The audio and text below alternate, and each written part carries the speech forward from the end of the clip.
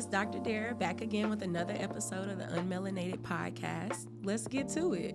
So today we're going to be talking about communication, but not just talking for the sake of talking. We're going to be talking about how communities actually share their truth. How do individuals build power within these communities and actually get to the things that they need and want? So I want to start today with a little bit of a story. So a couple years back, I was invited by the Arkansas Democratic Black Caucus, where I'm an executive board member, to go to Lafayette County and support their leadership with a meeting that they were having with their county. The county judge, the sheriff, and some more representatives from the county were there, as well as some community members. So some black people were there, and then the people from the county were white people, which was interesting in and of itself, but we'll get into that a little bit more. So I'm at this meeting. We've got some other executive board members there at the meeting. We have the mayor of one of the towns there, who's a black man, and then you have the county judge, a white woman, the sheriff, a white man, and another person from the county. And what the county was presenting was an opportunity to increase taxes to pay for a brand new jail facility. And they brought that to them with so much excitement. They were so happy to be able to talk to them about this brand new jail that they were building. And it was pretty funny to watch because they came in with these big smiles and they started that presentation. And as they continued on, I guess they decided to look up, and they looked out into the crowd and they saw that everybody that was there was frowning, writing down notes furiously, or they already had their hand up in the air to ask a question. Now, you might be thinking to yourself right now, duh, like, obviously they're not gonna be excited to hear about a new jail.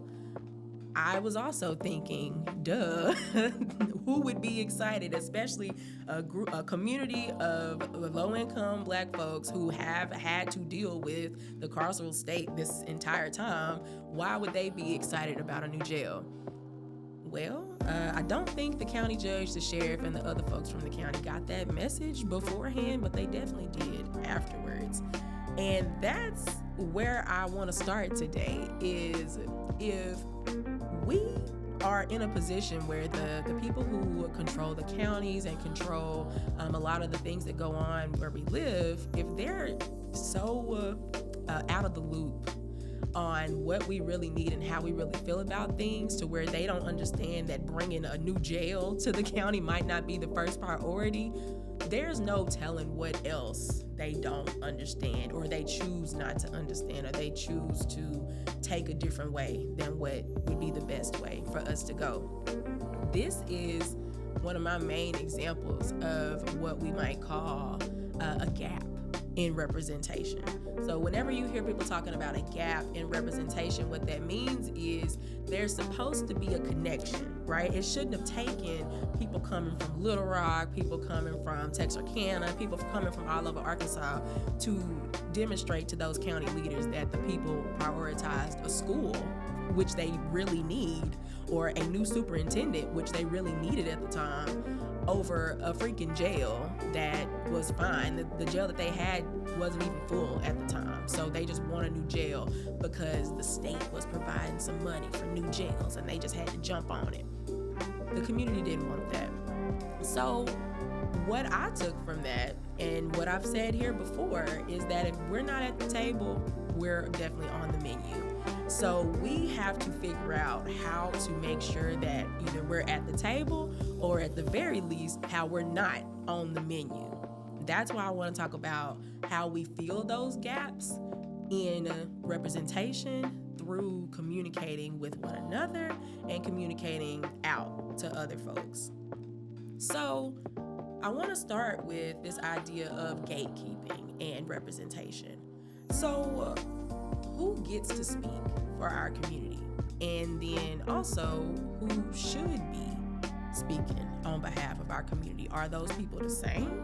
Are they different groups of people? Who decides who gets to speak on behalf of the community? So many times we're in positions where You have on one hand people with a lot of experience, people who have accolades, right? People who went to school, people who have been doing this for 40, 30 years, people who have been in really intense situations where they had to figure things out and now they have stories to tell. On the other hand, you might have someone who's really passionate about it because they have an idea, right? Like they feel like this is the way things should be, but they haven't really done the thing. They haven't really talked to anybody about it. They just decided that this is the best way to go. And oftentimes those two personalities can't get along because you have this person with the experience and with the knowledge and understanding not being respected by a person who assumes they know what to do.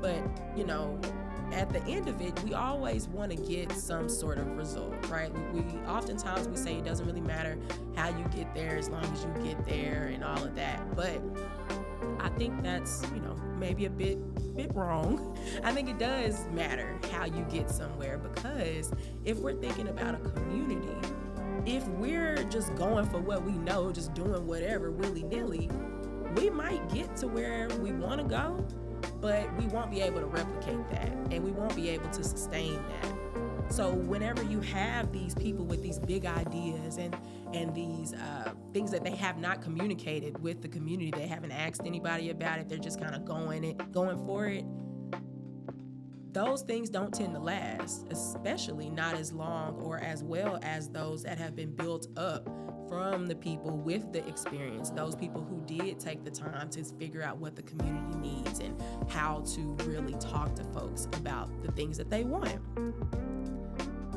Now, the thing about building community, like we could take this a more like a physical, tangible way, or we could take this a more sort of, spiritual way, or like a mentality sort of way. And if we're talking about the physical way, the tangible way, community development is a whole job, right? Like we hear people talking about grants, we hear people talking about creating nonprofits and bringing in all this money and building all these things. That is work. That is not easy. That is not something that people do, just on the weekends, right? If you're going to be a person to build a community, there are things you have to know, right?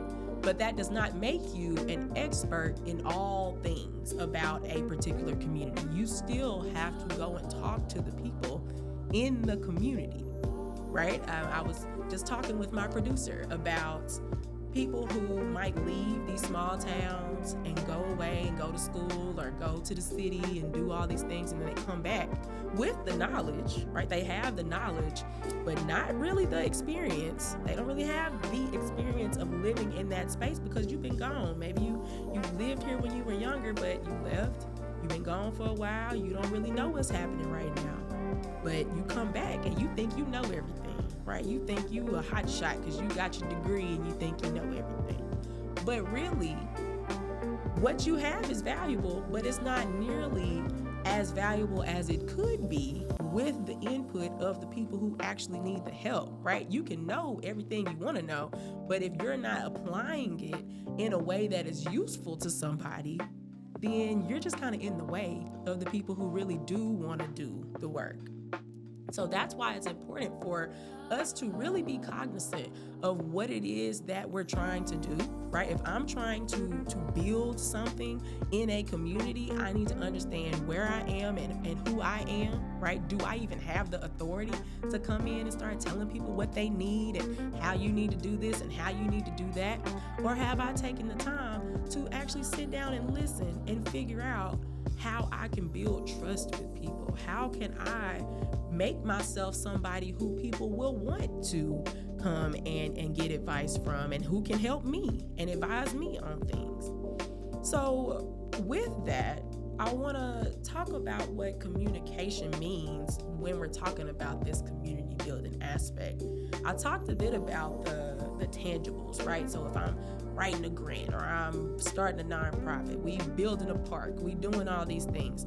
Well, what about the trust aspect? What about this idea of relationship building? What about this idea of building power in our community? right? It's one thing to say that you have 300 people living in a place, right? But if none of them talk to each other, I can't go to my neighbor's house and ask for help.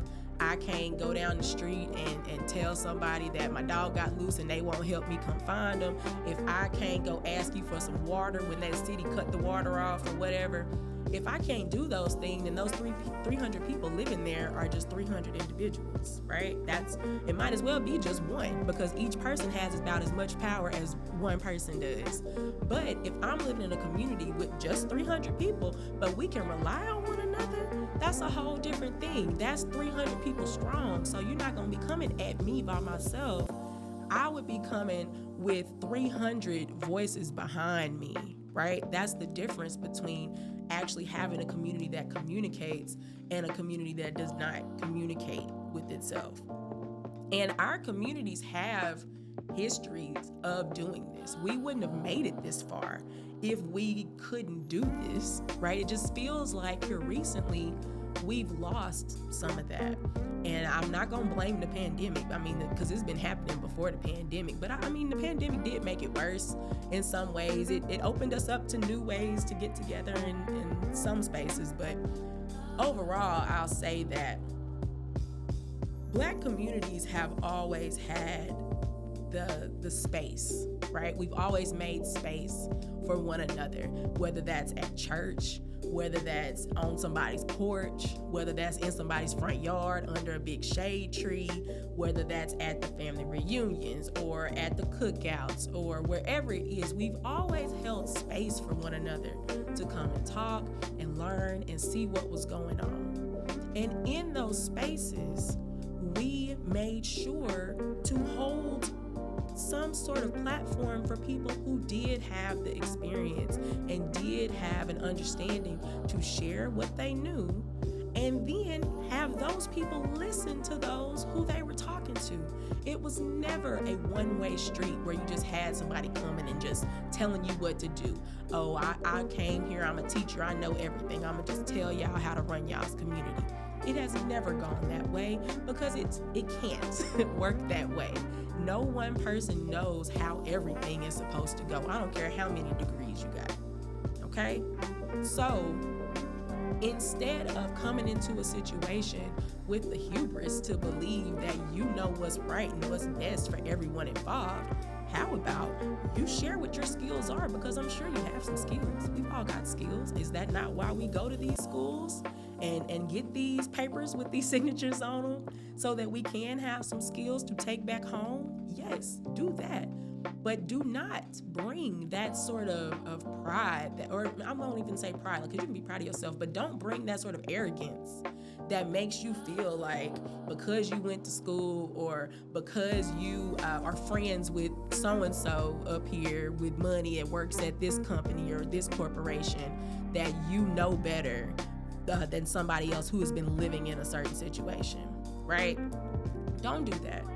Instead, let's think about these spaces that we have always had. In these spaces that we have always had, we've had a tradition of storytelling, right? Like we use those stories to not only remember things that did happen, but also to help us figure out, okay, how do we approach these problems that we see now? Because there is nothing new under the sun. My great grandma used to tell my mama that, and she was so confused until she got older.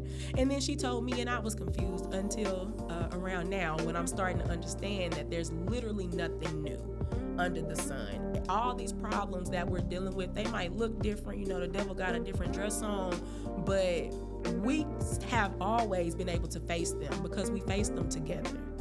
So this history of storytelling that we have, and this history of even just talking to one another, speaking with one another, greeting one another, asking folks how they doing and what they've been working on, all of those things help bring us together and instill some sort of trust between us so that we can use the other skills that we have to get us free. Now we're thinking about these skills. I keep saying skills. Well, we utilize those skills when we do things like grassroots organizing, right? We are taking the things that we know that we need, right? The things that we know that we have, And we are going to build what we can to get to the next step, whatever that next step might be, right? So we're not going to, again, come in and try to tell people what to do. Grassroots organizing is all about taking where you are, taking account of where you are and who's around you, analyzing, figuring out what Joe, Bob, and Sue can do, and then assisting Joe, Bob, and Sue in doing those things. It's not my job to come in and tell somebody, no, you need to dress like this and act like this, and you need to read these particular books because then you'll know as much as me, and then you'll be good. You'll be good to go. You'll get everything you want. I can't do that for anybody. That would be wrong and quite ignorant for me to try to come in a space and assume that if I tell people that act and do like me, that they'll be fine. Because I'm still trying to figure out what I'm doing. I can't tell you how to fix your community, but I can tell you how to utilize the skills that you do have. I can help you to figure out where some gaps are, where you can start to rebuild. I can help you do that. But it would be ridiculous for me to come in and say, if you do 1, 2, and 3, you're gonna be just fine, because every community is different. And with that, thinking about this idea that we do each have our own set of skills. We all have things that we can do and can contribute to community. This idea of cooperative economics, this idea of mutual aid are not new ideas. We have been talking about these things for years and years. And I say we have been talking about, I mean, scholarship has talked about it, actual practice. We've seen it in practice over and over again.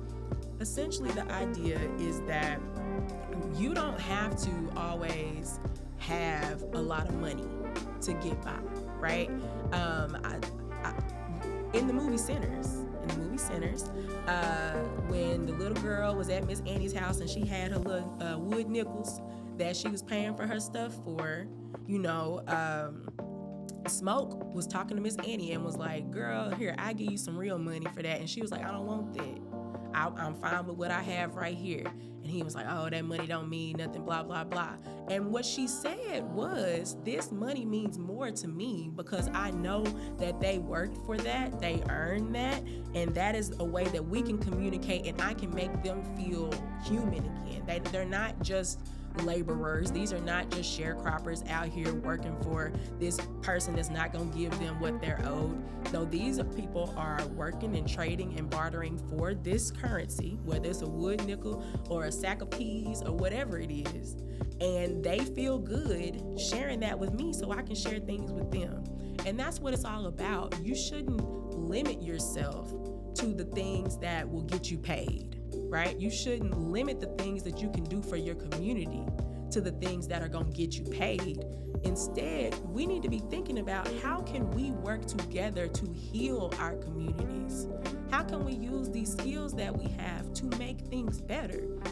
You don't have to come out of it with your pockets weighing down. If that's what's gonna happen, then that's gonna happen.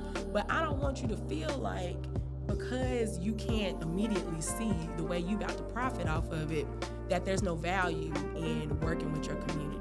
That is not the way to go about it. And I think part of that mindset comes from the fact that we don't talk to each other anymore. Maybe we don't realize how valuable it is that I can type on the computer real fast, right? Like a lot of us, that's something that's very basic to us now. But as the granddaughter of the lady who used to type the church program every Sunday, I know that it's a very valuable skill to be able to type and print things. It's very basic, but it's very valuable, right? My nana used to tell me that her Sunday school teachers used to be the ones who would come and talk to the community about the politicians that were coming around, right? They would talk to them about the election. So the skill that they had of teaching and instructing and giving people material in a bite-sized way that they could understand, they took that and simply moved it to their community, right? Instead of doing it in the schoolhouse, they were doing it in the church house. They were using those skills that they had, right? We used to have carpenters in our communities. We used to have plumbers in our communities, mechanics in our communities. And do you think those people were getting rich off of helping other Black folks? No, they were not getting rich in these communities. But what they were doing was thriving. They were living. We had good communities because people were sharing things. Maybe I can't pay you in dollars for fixing my carburetor. I guess carburetors can be fixed. But instead, I might bake you a pound cake or something. I might, invite you to dinner tonight. You know what I'm saying? So don't limit yourself because you don't think what you have to offer is either valuable or you don't think you can make money off of it. First thing I would recommend is to open your mouth and ask somebody. Talk to the people around you. And if you're not back at home right now, maybe you're up in the big city, there's still community there to be had. You still have skills that are useful, even if you are in a bigger place. So don't limit yourself by these assumptions that we make up in our head about what's important and what's not. You need to communicate these things to people. You need to talk to other people and figure out what it is that you can contribute. Communication looks like a lot of things. But first and foremost, it looks like listening. A lot of times we talk about communication as if it's just, me talking, just blabbering on. And I understand that's what it kind of looks like right now, but I promise I'm not trying to do that. But communication is also listening. I'm not communicating with you if you're not hearing what I'm saying. If you're not taking it in, then I'm just talking. It's not communicating. So in order for us to be communicating, we have to listen to one another so we can actually figure out what it is somebody is saying. You can't just listen to respond. You have to listen earnestly and really try to understand where somebody's coming from so that you can then identify your position in it, if you even have a position in it. Because a lot of times we get upset about stuff and it's not even about us. It's not even about us. We get mad because we think somebody talking about us, or we think they don't like what we did, or they don't appreciate us, or blah, blah, blah. But that's because you're not listening. You're not listening to what people are saying. If I'm telling you I don't need A, I need B, and all you have is A, you can't be mad at me for not being excited when you giving me A. I need B, but you're not listening. You see what I'm saying? And that can come from a lot of things. I think it's just practice. We have to get into practicing listening and not just listening to respond so that we can actually start to communicate with one another. Another important piece of communication is the messenger, right? I mentioned that my Nana said that their Sunday school teachers used to come and talk to them about the elections coming up. Well, there are other opportunities for people to feel a way about things. I know that politicians coming around is sort of a sore point because most of the time you'll see them when it's an election, and then after the election, they're not really there anymore. So they're not really a trusted messenger for that, right? People want to know, why aren't people turning out to vote? Why aren't people more excited and engaged? Well, because the people that they have been told are working for them don't seem to be working for them and are certainly not showing up. They don't have any sort of relationship with them. And when you do see politicians with relationships, those folks are usually more trusted and people get more excited about them. So the whole idea of having a messenger for a situation is rooted in this idea of trust. If I don't trust you, then I'm not going to take what you say seriously. I'm going to be skeptical of what you're saying. And if I can't get to the root of it, I'm just gonna probably disengage with it because I already don't trust you. I got a bad feeling. I don't have any reason to dig deeper into the feeling. So, it is what it is. And I think this is an important place to kind of dig in, because if I'm speaking to folks who are interested in building community, right, wherever you are, then it's necessary to understand that people don't owe you anything. People do not have to listen to you. I don't care what school wrote on your diploma or whose hand you shook yesterday or what internship you have. People do not have to trust you. They don't have to listen to you. They don't owe you anything. You have to earn that. Now, listen, I didn't say you have to, take a disrespect. I didn't say you have to let people talk to you crazy, but you absolutely have to earn that trust and respect from people. And that should be that way with anything. People should earn your trust and respect, right? You shouldn't just assume that because a person went to school that they know more than you, or because they work at a certain Fortune 500 company that they're better than you, or they drive a certain car, and so that means that they must obviously know how the world works. No, they still need to prove themselves just like anybody else. But same to you as well. So don't get offended when people don't automatically just jump on your idea. They're doing what they're supposed to do. They're protecting their peace. You might need to work on protecting your peace, So don't let that stop you. I would actually be encouraged that I'm dealing with some people who aren't so gullible as to just believe what I'm saying on the first go around, right? I want to take it to them. I want to have good information that they can take and investigate themselves and come back to me when they're ready to talk more about it or when they trust me. You can't force people to listen to you or honor what you're saying. That is something that time has to do. Time has to be the one that tells me that I can trust you and that we can do work together. And the last thing I'll say on that point is that we are in spaces all the time that were literally set up for us to work together, and it feels like we are battling against that some kind of way. I'm not sure why, but we are all a part of these intergenerational spaces, right? These faith spaces, these MPHC spaces, these university spaces, all of these places we are together with people from different generations, different sort of backgrounds all the time, yet and still we keep having this conversation about like, oh, I don't know what the young people are doing. I don't know what these older folks got going on. I just don't understand, blah, blah, blah. I don't know how to talk to them, da, da, da, da. Well, why don't you try speaking to them? I'm sure most of them speak English. Try talking to folks sometime. We have these spaces for a reason. As I stated before, there is nothing new under the sun. All of these problems that we're dealing with, they've been dealt with before. Maybe they look different, but there's no reason for us to have to repeat the same mistakes or repeat the same injuries even. Maybe it's not even mistakes. It's injuries that we're receiving from this hostile world that does not want us here, does not want us to thrive, and certainly not survive. We don't have to get battered in the same way every single time if we would open our mouths up and speak to one another and trust, here we go, trust that people are telling us what's in our best interest or what they think might be in our best interest, and then actually listen to what they're saying and not take it as some sort of damning condemnation.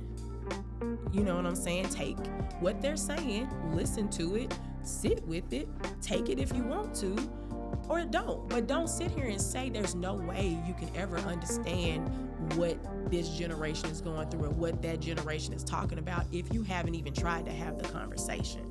That's all I'm saying. If you haven't taken your time to go out and listen to what somebody else has to say, you cannot complain to me about how difficult it is to understand what this generation has going on, because you haven't even tried.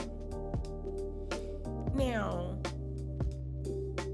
I'll end with this. There are so many avenues for us to use this communication as resistance, right? As I said, we have church, but life isn't all about church. We have things outside the church, regular music, right? R&B, hip-hop, rap, all resistance. We have sports, we have academics, we have medicine, we have botany, we have all these different avenues that we can take and build ourselves up in But we can't grow as people if we're constantly concerned about the idea that we aren't reaching everybody in the same exact way. You're not going to reach everybody in the same exact way. It's not your job to reach everybody in the same exact way. And if we were listening to one another, that would become more clear. The people who need to get whatever it is that you have, they will get that. But you have to communicate that to them. You have to share it out. We have to figure out, how do we use these spaces that we're in already? We're already in these spaces. How do we use them to share those things that we do have and allow the individuals who need them to pick them up? How do we creatively engage with one another to get back to this idea that we can help each other? I don't have to be getting rich off of helping you, because I know that you gonna take care of me anyway. Maybe it's not gonna be money, but you gonna scratch my back when I scratch your back. And that's not a problem. Like, that shouldn't be a bad thing. Just because it's not money doesn't mean it's not valuable. And that's me saying that to you who have the skills and who want to figure out how to share them. And also I'm saying that to you who might not have the skills, but you have the need. Don't be quiet or silent in your need because you don't feel like you have enough money, or you don't have enough clout, or you don't have enough whatever. You have to open your mouth and ask for the things that you need. That is also a part of communicating. You have to communicate your needs so that they can be met or matched or helped or resolved. Whatever it is, you have to communicate that. That's the whole point of this conversation, is that we have to start talking to each other so that we know what we need, we know what we have, and we know what we can do with what we have. I think that the main thing I want you to get out of this is that we need to start identifying individuals who are able to communicate for us, right? If there's an issue in your community, you need to figure out either who is talking on that right now, who's talking about it, who do they need to be talking to, and if nobody's talking about it, maybe it's time for you to start talking about it. Maybe it's time for you to start getting people going about it. And I'm not saying you got to get up and be Martin Luther King. You can start a group text with some of your family members. You can start a Facebook group. You can, make a TikTok about it. You can do something small like that. I know you be on your phone all day. Everybody is. So you can start something small like that. And that might be all it takes to get a conversation going and really get some things in motion. Whereas if you're just sitting there and saying, oh, I can't do that, or I don't know enough people, or I don't have the credentials, who's gonna do it then? Because there's plenty of people with the credentials and it's still a whole lot of work to be done. So don't let that stop you from doing the things that need to be done. And I'll stop here and say, don't forget to listen. Okay? Don't forget to listen. Don't forget to be in a space where you're ready to build. But remember, you cannot build without that foundation. And the foundation is going to come from what other people say. And that's not me saying, let other people tell you what your vision is. That's me saying you need to hear people if you're trying to help them. How can you help somebody you're not even listening to them? You don't even know what they need. So you need to listen. If you maybe you have heard a word from the Lord, you got this vision in your mind, at the very least, go to the people and make sure that it's something that they need, something that they want. And then maybe y'all can start to work on making this vision come to life. But don't take something to somebody and force it on them. Because even if it is something they need, we know our people, they not going to want it. If you going to force me to take it, I'm just going to say no anyway. So with that, we need to talk to each other. We need to figure out how to use what we have to get what we want. And we need to learn how to listen to one another. We need to learn how to listen. Thank you all. I'm Dr. Dara. This has been another episode of UnMelanated. And remember, she who sits on the red hot stove shall surely rise. Bye, y'all.